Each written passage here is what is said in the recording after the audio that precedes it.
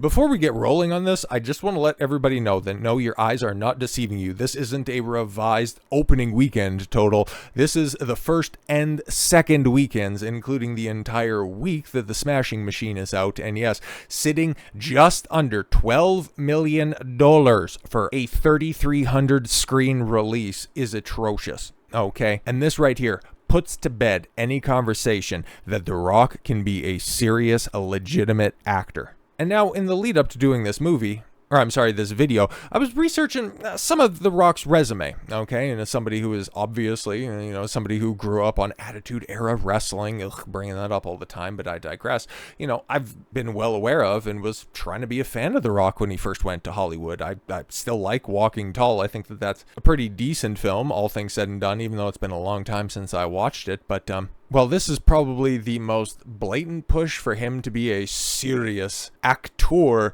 This isn't the first attempt to try to legitimize The Rock, but we'll go ahead and we'll take a look at some of his other failures and what's to hold in the future for the former biggest draw in Hollywood. Because yeah, you take a look at this worldwide box office and it's even worse than that. Okay, the $5.8 million domestic opening weekend, okay, that was absolute ass. The fact that it only came in at third place, holy shit, that's embarrassing. But in its second weekend with Tron Arse is your biggest competition, you fall to 8th spot. Okay, a Marvel-like 69 nice percent drop off. And you were only down 24 theaters over the weekend, making $541 per cinema. Holy shit, that is atrocious, man. Absolutely terrible.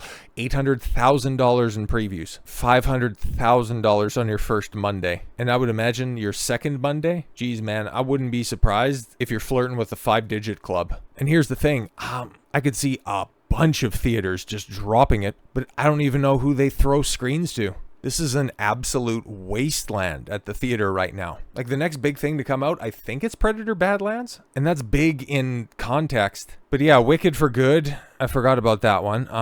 Five Nights at Freddy's 2, like, it'll do fine for its budget. It'll probably end up turning a profit, but it's not going to be like, setting the world on fire. But Avatar 3, obviously, Zootopia 2. And I think The Running Man's probably going to flop, but maybe, yeah, between Predator and The Running Man, those are like the next quote-unquote big movies coming out of the theater. But holy shit, 2025 has been atrocious. But honestly, I think the biggest victim is probably The Rock, because now people are starting to realize that, oh shit, he's fucking over, huh? The Smashing Machine poised to become Dwayne Johnson's biggest box office flop ever. And yeah, given the fact that the film, okay, because we can get to production budget, like, that's what I want to take a look at here.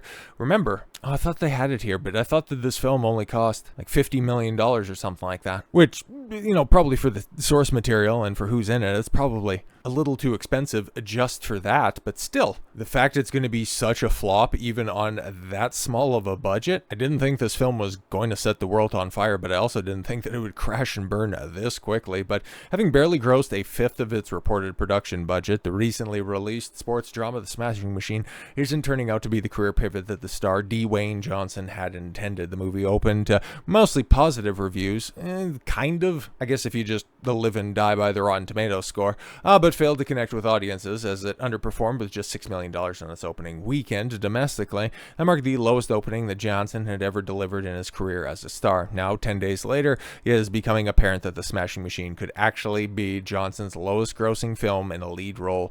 The movie had a cataclysmic 73% drop in its second weekend. Well, it's a little bit better with the actual numbers out there, but yeah, it's still atrocious, okay? Effectively sealing its fate. With around $10 million domestically, the movie is still trailing Johnson's 2010 action movie Faster, which, here's one thing I can say about Faster. I have a physical copy of that movie. I'm probably never going to have a physical copy of Smashing Machine.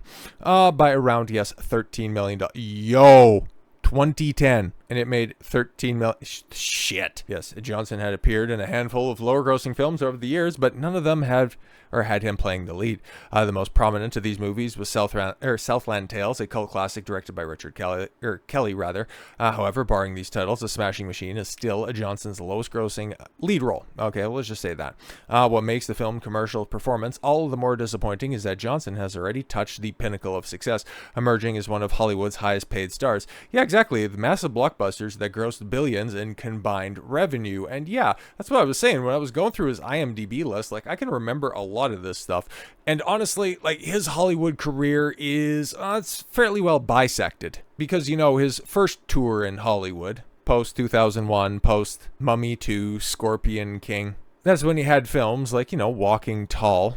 Oh, The Rundown. Oh my God, I think I also have a copy of The Rundown. Be Cool. Oh my God, when he was a gay hitman. Oh my God. Yeah, Southland Tales, Gridiron Gang. Here's the thing, I think I watched most of these movies. I can't remember the Game Plan. I remember watching that one. But then, of course, where did that all culminate? Yeah, Race to Witch Mountain, where that one's getting kind of resurrected in the form of memes, but that meme has been around for a while. But yes, of course, the infamous Tooth Fairy, where he eventually had to go back and, you know, work John Cena in consecutive WrestleManias in order to come back to Hollywood, and he did so with Faster, okay? And then, yeah, everything really started to kick into high gear when he, you know, joined the ensemble cast for the Fast and the Furious movies, the one that was like, that one was too much for me, Fast 5, and then just hearing that eventually they go to space, but yeah, dragging the bank vault down the roads in Rio. It's like, I was watching that on screen and like, okay, man, and then I just checked out at that point in time. But I remember that film doing pretty good. Fast 6, obviously. Fast 7. Then you start to get into like Moana, Jumanji. But then he could also put out shit like, yeah, Rampage, Skyscraper, Baywatch, Central Intelligence. Oh my God, that was back when him and Kevin Hart were in just about every movie together. But yeah, San Andreas. He really did have a bunch of those, you know, sweaty action guy with explosion in the background poster movies. Hercules. Shit, I got a copy of Hercules. I got way too many Rock movies for a guy that I don't even like all that much. Like I said before, like, he's been tried as a quote-unquote serious actor before.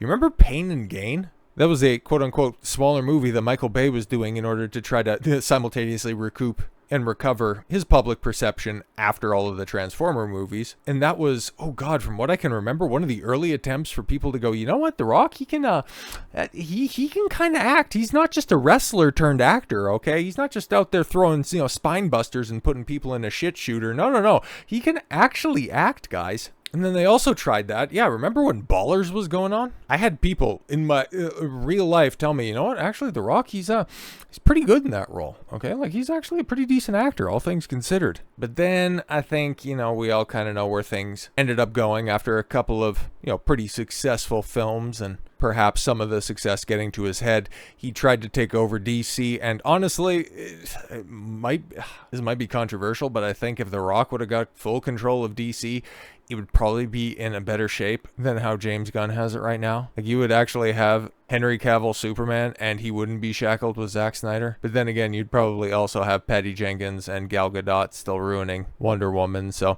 it could simultaneously be better and more hilarious, but maybe not more cringe. But I digress. They have tried. They tried to do serious Rock before. Okay, this is just, I really think that this is the last chance. Okay, Smashing Machine, even with 6.8 on IMDb, shit, I thought it was better than that. But just looking forward to the future, like, there's a lot of shit in pre-production. There's a lot of shit in, oh yeah, no, it's been announced, we'll eventually get around to it when we can. Like, okay, cool, San Andreas 2, okay, run back another cheap action film to, you know, hey man, just because he failed as like a serious actor, you know, you can still do those action films. They're fun. They're popcorn movies. You just turn your brain off. That'll be fine. He's going to be a part of whatever Fast 10 Part 2 is going to be. There's another Jumanji movie that's out there. And of course, you got the live action and Moana 3 as well. But the next time he's going to get an opportunity to quote unquote really act is the untitled Hawaii set crime drama. That's supposed to be the Martin Scorsese film, right? Where, oh yeah, that's going to legitimize The Rock. That and Lizard music. Bro, if you think the Smashing Machine flopped, where at least there's some iconography that people can glean onto a bit with that, and that thing failed spectacularly, what do you think Lizard music's gonna do? But okay, even if he's good in a Scorsese film, so is Mark Ruffalo in Shutter Island, and people still look at him as a fucking insufferable jackass. So there's a reason why, okay? If you take a look at social media for The Rock, he's not really all that concerned, let's say that, okay, with the box office in regards to this Smashing Machine. He's just hoping that it might get him a couple of nominations for some stupid golden trophies at the beginning of next year. I'd imagine that's probably the big hope, but he's not really pushing it that much on social media. What he's out there doing, well, he's making the podcast rounds, and he recently sat down with stupid Mr. Taylor Swift and kind of pointed to where he's going to be going probably in the near future. I would not be shocked, and especially with how poorly the Smashing Machine is doing at the box office, if, before December 13th rolls around, you don't try to get some sketchy patch job on that fucking terrible John Cena heel turn from the beginning of the year. Rock says he has a tiny bit of influence on John Cena's final opponent.